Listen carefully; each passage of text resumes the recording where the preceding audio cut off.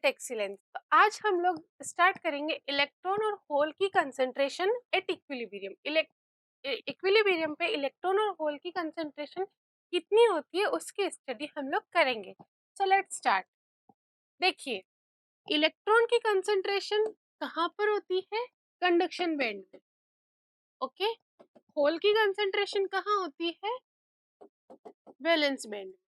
ठीक है, इसके पहले हमारे पास एक टर्मिनोलॉजी आएगी, डेंसिटी ऑफ स्टेट्स।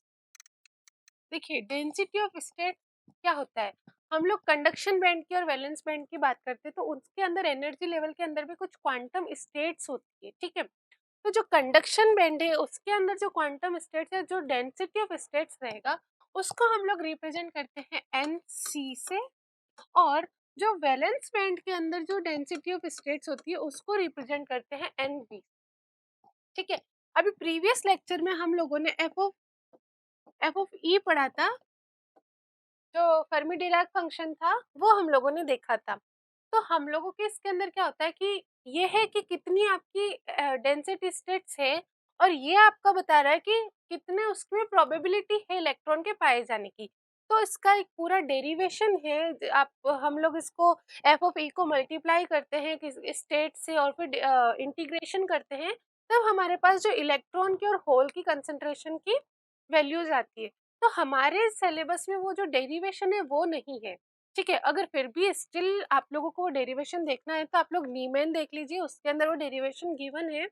और आप लोगों को अगर बुक भी स्टडी करनी है, बुक से स्टडी करना है, तो आप लोग इसके लिए नीमेन फॉलो कर सकते हैं, डोनाल्ड नीमेन। उसकी लैंग्वेज बहुत इजी है, बहुत अच्छे से उसमें एक्सप्लेन किया गया है, आप लोग वहाँ से पढ़ सकते हैं।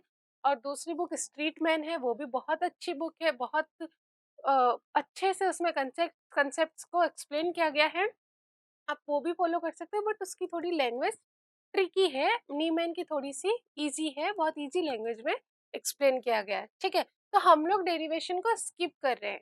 अभी प्रीवियस लेक्चर में आप लोगों ने देखा था एफ ऑफ ई का फॉर्मूला होता है 1/1 plus e to the power E minus E F by के टी। ओके, अब देखिए, अगर आपका ई माइनस ई एफ के टी से इंक्रीज होता है, देन हम लोग इसको अप्रोक्सीमेट कर सकते हैं।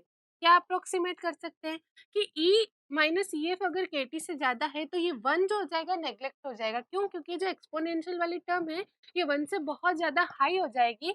इन दैट केस ये क्या इक्वल हो जाएगा? 1/e⁻⁻ E minus E F by के टी के। तो इस केस के अंदर एफ ऑफ ई का फॉर्मूला कितना बन जाएगा? e⁻, माइनस, क्योंकि पावर ऊपर गई है तो माइनस आ जाएगा, e माइनस ई F upon K t. Okay, तो ये आपका क्या हो जाएगा? फर्मी डिराक फंक्शन का फॉर्मूला हो जाएगा। ये एक अप्रोक्सीमेशन है, ये ऐसा नहीं ये पावर माइनस है। इसको हम लोग बोलते हैं मैक्सवेल बोल्ट्जमैन अप्रोक्सीमेशन।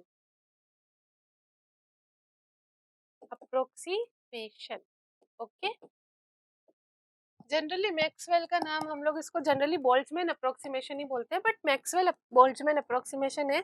अप्रोक्सीमेशन कैसे हुआ कि 1/1 plus e to the power E minus E F by के टी को हम लोगों ने क्या लिख दिया? E to the power minus of E minus E F upon K T. और ये टर्म बहुत इंपॉर्टेंट है, ये आप याद कर लीजिए, क्योंकि ये इससे रिलेटेड टर्म, अब ये ई की जगह आपका चेंज होता रहेगा, ये अंदर वाली टर्म चेंज होती रहेगी, बट ये एक्सप्रेशन आपको बहुत जगह अब देखने को मिलने वाला है। तो डेंसिटी स्टेट हो गई, ये सब हो गया। ठीक है, अब हम लोगों बात करते हैं कि डेंसिटी स्टेट का भी कुछ फॉर्मूला होता है। जो कंडक्शन बैंड के अंदर जो डेंसिटी ऑफ स्टेट्स है वो कितनी थी? NC। ठीक है, और इसका फॉर्मूला होता है 2 into 2 pi MN KT by H square. ये याद रख लीजिएगा आप लोग। ठीक है, ये होता है NC का फॉर्मूला। अब हम लोग एक एक टर्म देखते हैं। क्या?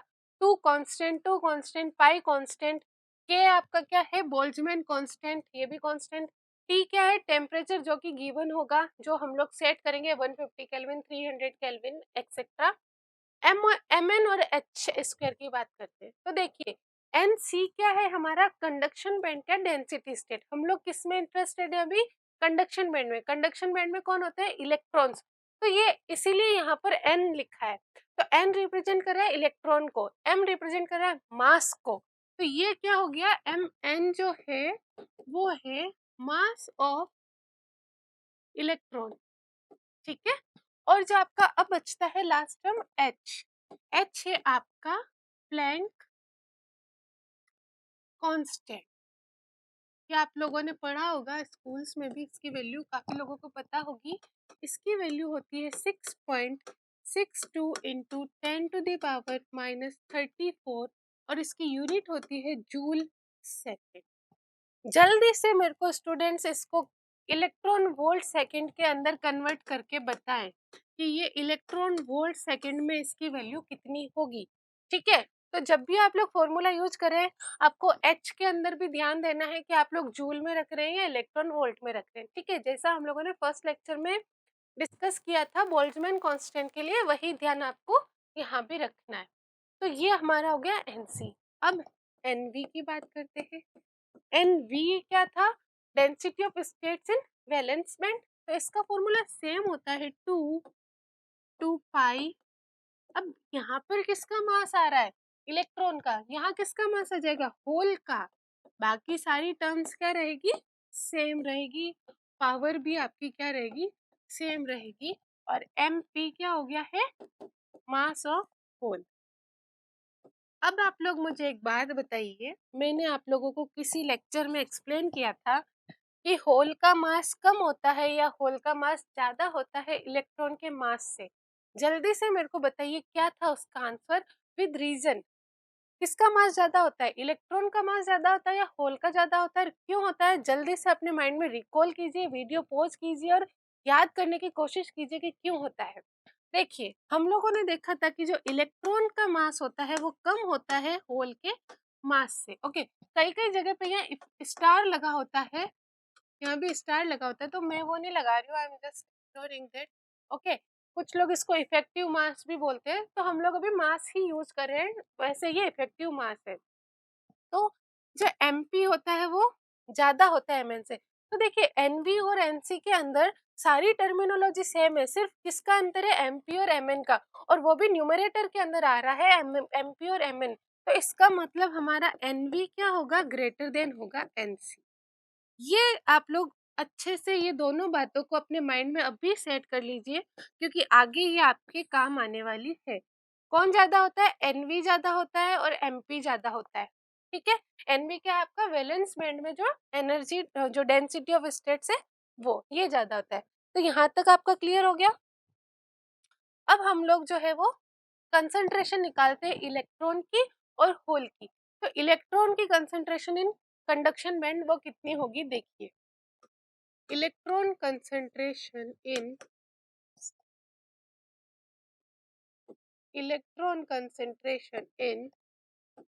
कंडक्शन बैंड, इसको हम लोग किससे रिप्रेजेंट करते हैं? एन से रिप्रेजेंट करते हैं। और इसका डायरेक्ट फॉर्मूला में डेरिवेशन नहीं करा रही हूँ, फिर से मैं बोल रही हूँ, और अगर किसी को डेरिवेशन में इंटरेस्ट है तो वो जाके नीमेन बुक में देख सकता है, देख सकती है।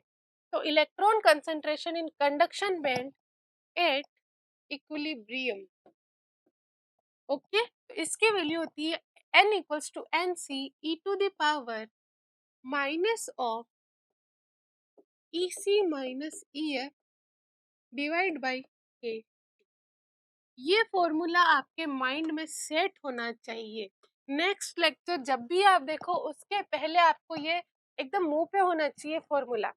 जो इलेक्ट्रॉन की कंसंट्रेशन होती है वो होती है n C E to the power minus e C minus E F by के टी। ई एफ क्या है? Fermi level. ई सी क्या है? तो बॉटम या फिर जो लोएस्ट लेवल है कंडक्शन बैंड का वो। के पता है, टी पता है, एन सी पता है। क्लियर? यहाँ तक क्लियर हो गया, ठीक है। अब देखिए hole concentration in valence band at equilibrium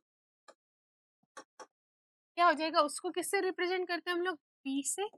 ये हो जाएगा NV e to the power minus, अब देखिए बैलेंस बैंड आ रहा है तो वहां पर क्या आ जाएगा, EV आ जाएगा, ठीक है। तो EF माइनस EV अपॉन के, ये भी आपको याद हो जाना चाहिए, ठीक है। ये बिल्कुल आप लोग याद कर लीजिए। यहाँ पर माइनस आ रहा है, यहाँ पर EF पहले आ रहा है, यहाँ माइनस आ रहा है, यहाँ EF बाद में आ रहा है, सारी चीजें ध्यान दीजिएगा। ऐसे नहीं आप यहाँ पे EV माइनस EF कर रहे हो, माइनस भी लगा रहे हो, वहां पर आप कुछ और कर रहे हो, ऐसा नहीं, ठीक है। ध्यान दीजिएगा, यहाँ पे EF पहले आ रहा है, वहां पे EF बाद में आ रहा है, और दोनों जगह माइनस का साइन है, और दोनों ही क्या एक्सपोनेंशियल की पावर है, E की पावर है, ठीक है, क्लियर।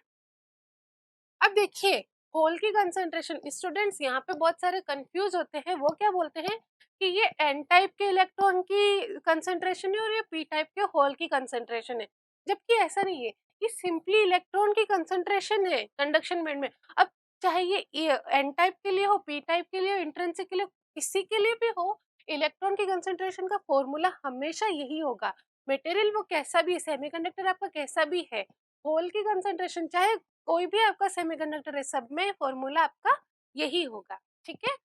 आपका एक्चुअली मतलब अगर वो पी टाइप है या एन टाइप है तो उसके अंदर क्या होगा, सपोज कीजिए मेरे को एन टाइप में होल की कंसंट्रेशन, स्टूडेंट्स क्या सोचते हैं कि ये होल है तो ये पी टाइप के लिए वैलिड होगा, ऐसा चलो मैं क्या बोलती हूँ कि मुझे एन टाइप के लिए फॉर्मूला अप्लाई करना है, तो उसके अंदर क्या होगा, एन टाइप में जो EF माइनस EV है ना, ये चेंज हो जाएगा। एक्चुअल में क्या हो रहा है, EF माइनस EV, ये जो अंदर वाली टर्म है ना, तो EF माइनस EV और EC माइनस EF, ये एक्चुअली मटेरियल आप कौन सा सेमीकंडक्टर आप कौन सा यूज कर रहे हो उनके अकॉर्डिंग चेंज होगी, ठीक है। इंट्रिंसिक एक्सट्रिंसिक कौन सा यूज कर रहे हो उनके अकॉर्डिंग चेंज होगी, तो ये वैल्यू भी उसके अकॉर्डिंगली सेट हो जाएगी। तो इसमें ऐसा नहीं है, ये सभी के लिए वैलिड है, ठीक है। तो ये हो गई कंसंट्रेशन, तो क्लियर। अब हम लोग देखते हैं इंट्रिंसिक सेमी कैरियर कंसंट्रेशन कितनी होती है। हम लोगों ने पढ़ी थी इंट्रिंसिक कैरियर कंसंट्रेशन, Ni से रिप्रेजेंट किया था उसको, ठीक है। तो हम लोगों ने देखा था कि Np इक्वल्स टू कितना होता है, Ni स्क्वायर होता है, देखा था कि नहीं देखा था। मास एक्शन लो, तो देखिए मास एक्शन लो से क्या हो गया, Np equals to Ni square, तो ये वैल्यूज पुट करते हैं, Nc e to the power minus का Ec माइनस Ef upon Kt into multiplied by Nv e to the power minus EF minus EV upon KT equals to what, Ni square. तो देखिए कितना हो जाएगा आपका, Ni स्क्वायर इक्वल्स टू कितना हो जाएगा, Nc into NV e to the power, ये माइनस में अंदर ले जाती हूँ तो माइनस का EC plus EF minus EF और प्लस का EV डिवाइडेड बाई KT। इसमें देखिए EF से EF कैंसिल हो जाएगा, तो ये कितना बचेगा, तो ये कितना बचेगा, NC into NV e to the power, फिर से मैं माइनस कॉमन ले लेती हूँ तो कितना बचा, EC minus EV upon KT, कितना बचा, ठीक है, यहाँ तक क्लियर। तो आपका Ni स्क्वायर कितना आया है, Nc into NV e to the power minus का EC minus EV upon KT। तो ये देखिए EC माइनस EV क्या होता है, EG होता है, EC माइनस EV कितना होता है, EG होता है, एनर्जी बैंड गैप यही तो होता है। तो आपका Ni स्क्वायर कितना आ जाएगा, NC NV into e to the power minus का EG अपॉन K। तो ये भी आपको याद रखना है, ये क्या है आपकी कैरियर, इंट्रिंसिक कैरियर कंसंट्रेशन। और अगर मैं ये पावर हटाऊं तो आपकी Ni कितनी हो जाएगी, under root of NC into NV e to the power minus का EG अपॉन 2 KT। ये आपको याद होनी चाहिए, ये आपके किसकी वैल्यू है, इंट्रिंसिक कैरियर कंसंट्रेशन की वैल्यू। अब देखिए इंट्रिंसिक कैरियर कंसंट्रेशन जो है एनसीएनवी पे डिपेंड कर रहा है। एनसीएनवी कांस्टेंट होता है किसी के लिए, किसी सेमीकंडक्टर के लिए, ईजी भी कांस्टेंट होता है, के भी कांस्टेंट है, वेरी आपका टेम्परेचर कर रहा है। तो आपका एनआई प्योरली किसका वो है, टेम्परेचर का कोफिशिएंट हो गया है ना, टेम्परेचर का, ये टेम्परेचर पे डिपेंड कर रहा है। ठीक है, तो एनआई किस पे डिपेंड कर रहा है, टेम्परेचर पे। ठीक है, ये हो गया यहाँ से क्लियर। अब एक चीज और देखते हैं हम लोग,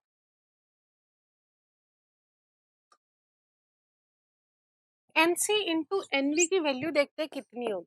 ठीक है, एनसी इंटू एनवी कितना होगा वो हम लोग देखते हैं। तो देखिए इसकी एनसी की वैल्यू कितनी थी, 2 into 2 pi mn KT by h² की पावर 3/2।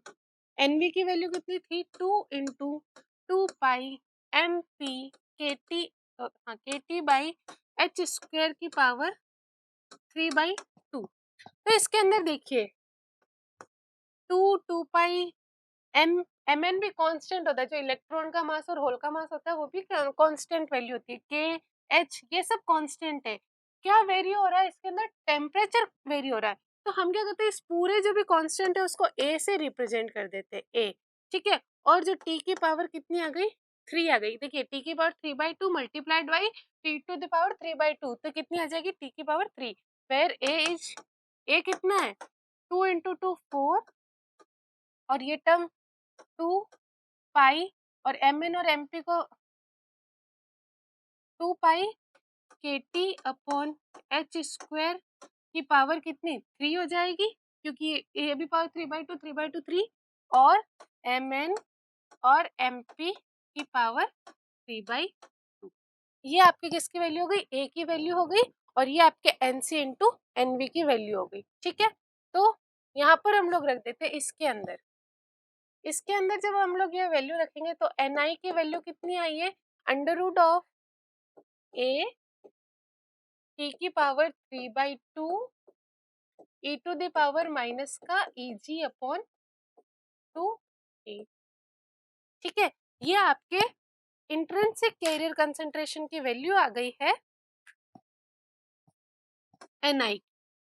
और यहाँ पे भी देखिए ये टेम्परेचर पे, ये तो कांस्टेंट है पूरा, मटेरियल पे डिपेंड कर रहा है, ये टेम्परेचर पे डिपेंड कर रहा है, इधर से भी ये टेम्परेचर पे डिपेंड कर रहा है। तो एन आई किस पे डिपेंड करता है, आपके टेम्परेचर पे। तो ये आपकी किसकी वैल्यू हो गई है, इंट्रिंसिक कैरियर कंसंट्रेशन की। तो यहाँ तक क्लियर हो गया, सब कुछ क्लियर हो गया यहाँ तक। ठीक है, अब हम लोग देखेंगे नेक्स्ट चीज। तो नेक्स्ट आपके है, अब हम लोग फर्मी लेवल की वैल्यू देखें।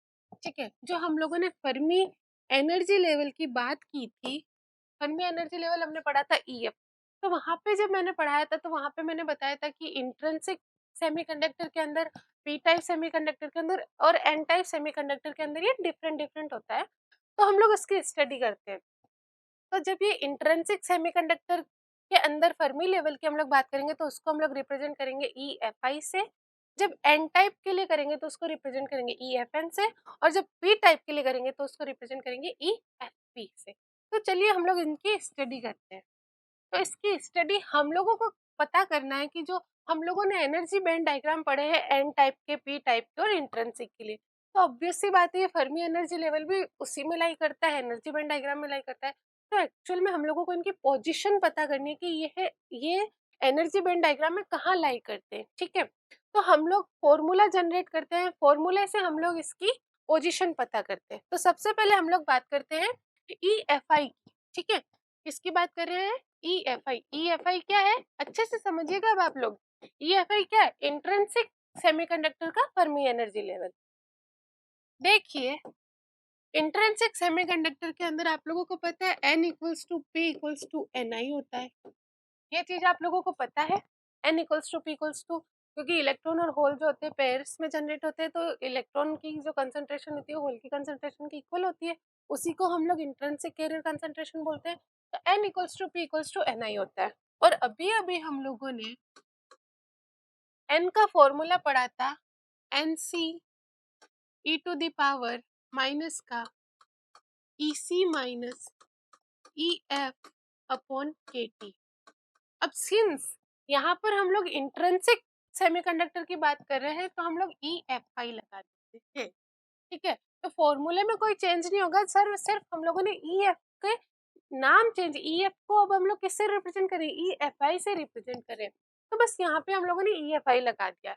इक्वल्स टू किसके इक्वल होगा, P का कितना था NV e⁻ माइनस का EFI माइनस का EV अपॉन A, ठीक है। करते हैं अब इसको डिवाइड। देखिए जब हम लोग डिवाइड करेंगे तो ये आएगा NC/NV इक्वल्स टू e⁻, ये देखिए माइनस में अंदर ले जाती हूँ तो माइनस का EFI प्लस EV, ये चीज यहाँ पे अपॉन में जाएगी, अपॉन में जाएगी तो ऊपर पावर प्लस में हो जाएगी, तो प्लस EC और माइनस का EFI, ठीक है। चेक कर लीजिए आप लोग फिर से सही आ रहा है या नहीं आ रहा, कहीं मैंने गड़बड़ तो नहीं, ठीक है। ये चीज आ गई। अब देखिए e⁻ इधर है, e⁻ इधर भेजेंगे तो ये चीज किस में कन्वर्ट हो जाएगा, नेचुरल लॉग में कन्वर्ट हो जाएगा, नेचुरल लॉग में कन्वर्ट हो गया ये, ठीक है। ये टर्म एज इट इज बच गई क्या। अब देखिए EFI और EFI माइनस का 2 EFI plus EV plus EC, ठीक है, इक्वल्स टू नेचुरल लॉग किसका, NC/NV का। अब देखिए और डिवाइड बाई KT भी है, डिवाइड बाई KT, तो देखिए EC plus EV minus 2 EFI equals to कितना आ जाएगा, KT नेचुरल लॉग किसका, NC/NV का, ठीक है। देखिए अब EFI को इधर भेज देते तो कितना हो जाएगा, EC plus EV minus KT natural log NC/NV equals to twice of EFI। तो अब देखिए अच्छे से EFI की वैल्यू कितनी आई है, EFI की वैल्यू कितनी आई है, EC plus EV/2 minus KT/2 natural log NC/NV। बिल्कुल आपको ये याद होनी चाहिए कि इसका ये फॉर्मूला होता है।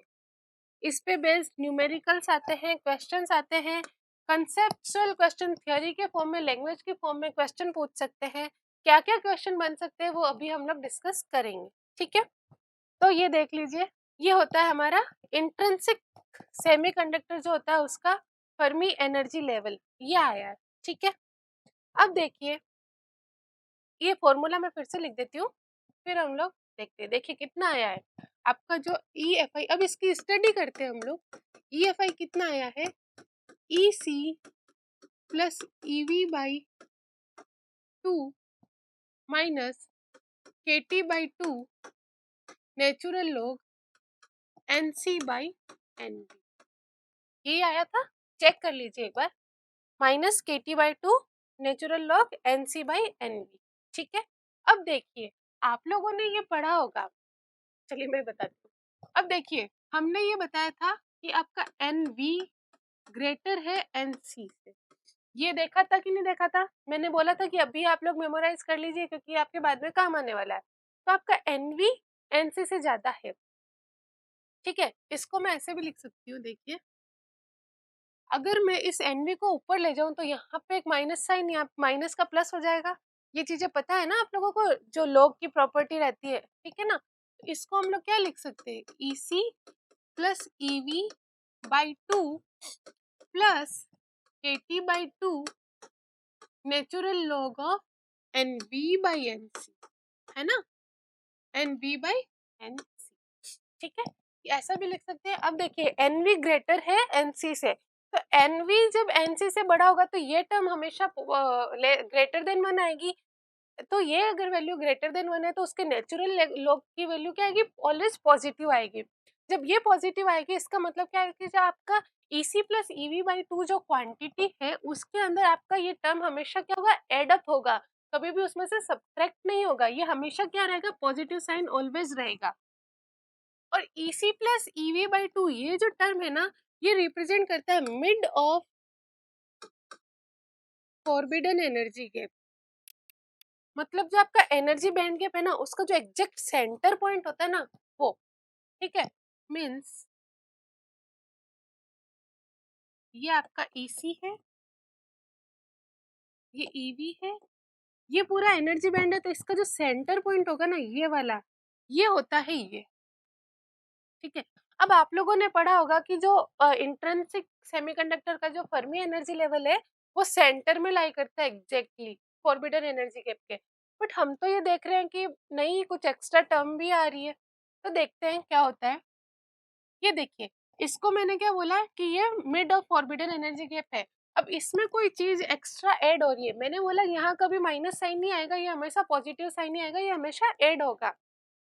जब ये हमेशा ऐड होगा तो इसका मतलब इसकी वैल्यू कहाँ आएगी, हमेशा ऊपर कहीं आएगी, मतलब सेंटर से थोड़ा ऊपर। तो ये चीज आप हमेशा याद रखिए कि जो इंट्रिंसिक सेमीकंडक्टर का फर्मी एनर्जी लेवल होता है, वो mid of the band gap में नहीं, mid of the band gap के अबोव लाई करता है, नियर कंडक्शन बैंड, मतलब थोड़ा सा अबोव कंडक्शन बैंड की साइड में ऊपर की तरफ वो लाई करता है, ठीक है। तो ये आपका जो पॉइंट है, ये है EFI।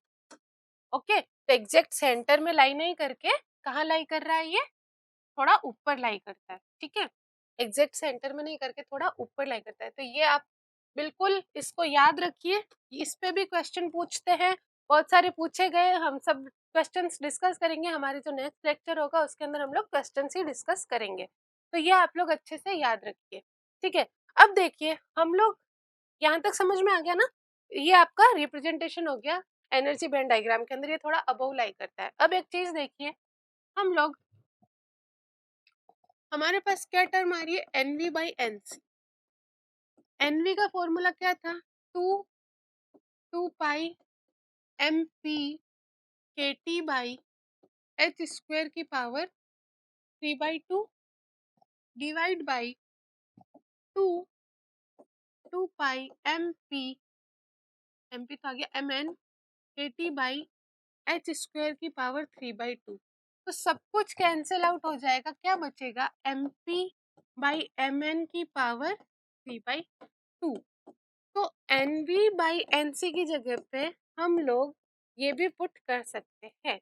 तो देखिए, EFI का फॉर्मूला कितना था, बताइए, EC प्लस EV/2 प्लस, ये सारे फॉर्मूलेज कैसे याद रखने हैं, ये मैं इसका एक अलग से वीडियो बनाऊंगी छोटा सा, तो मैं आप लोगों को कुछ ट्रिक्स बता दूंगी ये फॉर्मूलाज याद रखने की, ठीक है।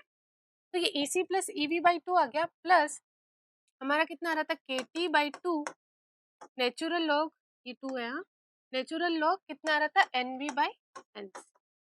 और मैंने अभी क्या बोला, NV/NC की जगह पे हम लोग ये पुट कर सकते हैं। तो ये पुट करेंगे तो कितना आ जाएगा, EC plus EV/2 plus KT/2 natural log MP/MN की पावर 3/2। अब लॉग की प्रॉपर्टी से ये 3/2 पावर आगे आ जाएगी, तो सिंपली क्या आ जाएगा, 3/4 हो जाएगा। तो एक फॉर्मूला ये भी होता है, ठीक है, इसको चलिए 3/4, 3KT/4, तो एक फॉर्मूला ये भी होता है। तो ये भी फॉर्मूला बहुत इंपॉर्टेंट है, आप लोग इसको भी याद कर लीजिएगा। इसमें भी देखिए, MP ग्रेटर होता है MN से, तो ये हमेशा क्या आएगा, पॉजिटिव टर्म ही आएगी, तो हमेशा ये EC प्लस EV/2 से अबोव आएगा, तो ये भी याद कर लीजिए। अब आप लोग बोलेंगे कि ma'am EC minus EV, EG की वैल्यू तो ये होती है, ठीक है। तो EC प्लस EV/2 ये कैसे मिड गैप हो गया, इसका मतलब ये EC/2 थोड़ी हो रहा है। तो ये एक्चुअली इसकी जो न्यूमेरिक वैल्यू आएगी ना, वो शो कर रहा है। जैसे सपोज EC आपका 6 वोल्ट पे है, EV आपका 2 वोल्ट पे है, तो आपका EG कितना हो गया, 4 वोल्ट हो गया, ठीक है। अब ये 4 वोल्ट हो गया, ठीक है। अब देखिए EC प्लस EV कितना होगा 6/2, ये गैप 4 वोल्ट है, ठीक है, इजी।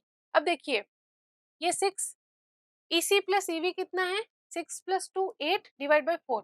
अब देखिए 4 कहाँ होगा, यहाँ होगा। अब हमने क्या बोला, mid of the energy band diagram, हम लोग इसको Eg/2 नहीं बोल रहे हैं। Eg/2 is different thing and mid of the energy band gap is different thing. मतलब ये जो पूरा एनर्जी बैंड ये एरिया है उसका जो सेंटर पॉइंट है वो ये है। इसका मतलब जो ये वाली डिस्टेंस है और ये वाली डिस्टेंस है वो इक्वल होगी। तो ये 2 है और ये भी 2, ठीक है। तो EC + EV/2 का मीनिंग ये है। अब हम लोग इसकी डिफरेंट डिफरेंट क्या कैसे रहता है डिफरेंट डिफरेंट टेम्परेचर पर, और कैसे इसका चेंज होगा अगर हम लोग टेम्परेचर को वेरी करें तो उसकी स्टडी हम लोग करते हैं। हम लोगों ने पढ़ा है EFI = EC + EV/2 + KT/2 natural log of NV/। अब देखिए फर्स्ट केस हम लोग लेते हैं एट T = 0 केल्विन। अच्छे से समझिएगा इसको, ठीक है। T = 0 केल्विन की हम लोग बात करते हैं, तो T = 0 केल्विन पे क्या होगा, EFI कितना हो जाएगा EC + EV/2, क्योंकि प्लस 0 करेंगे तो 0 आ जाएगा, तो ये, और ये क्या हो गया, mid of the band gap, mid of band gap.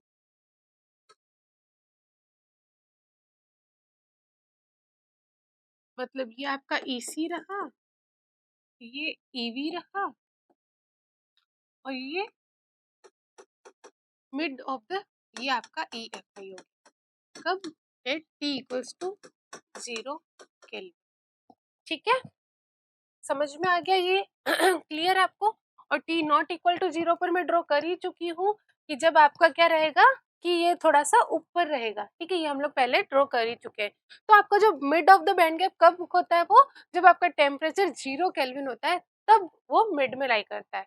दूसरा क्या होता है कि जनरली मतलब हम लोग NV को NC के इक्वल ले लेते हैं, क्योंकि जो इफेक्टिव मास होता है ना होल और इलेक्ट्रॉन का, उनमें ज्यादा कोई डिफरेंस नहीं होता है, तो इनमें भी ज्यादा कोई डिफरेंस नहीं होता है। तो हम लोग कभी कभी या फिर हम लोग सिंप्लीफिकेशन के लिए ये दोनों को इक्वल ले लेते हैं, ठीक है। तो जब हम लोग इन दोनों को इक्वल लेते हैं तो देखिए EFI कितना आ जाएगा, EC + EV/2, और ये केस 2 है, ठीक है, प्लस KT/2 नेचुरल लॉग, दोनों जगह NV आ गया तो कितना आ गया 1, और नेचुरल लॉग 1 की वैल्यू कितनी होती है बताइए,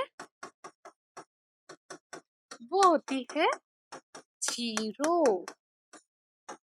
तो उस केस के अंदर भी आपका ये क्या आ गया, mid of the band gap, mid of band gap आ गया, मिड ऑफ बैंड गैप आ गया। क्लियर, ये चीज क्लियर हो गई आपको, ये क्या हो गया, मिड ऑफ बैंड गैप हो गया। तो जब हम लोग बोलते हैं कि इंट्रिंसिक सेमीकंडक्टर के अंदर हमेशा जो होता है सेंटर में लाई करता है फर्मी लेवल, तो हम लोग ये अज्यूम करके बोलते हैं, ये अजम्पशन रहता है उसके अंदर, हम लोग उसको मेंशन नहीं करते स्पेसिफिकली, बट ये अजम्पशन रहता है तभी है, बट एक्चुअल में वो अबव लाई करता है सेंटर से, ठीक है। तो क्वेश्चन किस हिसाब से पूछ रहा है, क्वेश्चन में क्या वैल्यूज गिवन है, वो ये कंसिडर करने को बोल रहा है या नहीं बोल रहा है, उस हिसाब से आपको आंसर टिक करना है कि सेंटर में लाइक कर रहा है, सेंटर के अबव लाइक करता है, ठीक है। तो ये हो गया हमारा इंट्रिंसिक सेमीकंडक्टर का फर्मी एनर्जी लेवल। तो इस लेक्चर में हम लोगों ने इंट्रिंसिक सेमीकंडक्टर के फर्मी लेवल के बारे में स्टडी कर लिया है। हम लोग एन टाइप और पी टाइप में जो सेमीकंडक्टर के फर्मी लेवल रहते हैं उनकी स्टडी हम लोग नेक्स्ट लेक्चर में करेंगे। Thank you so much.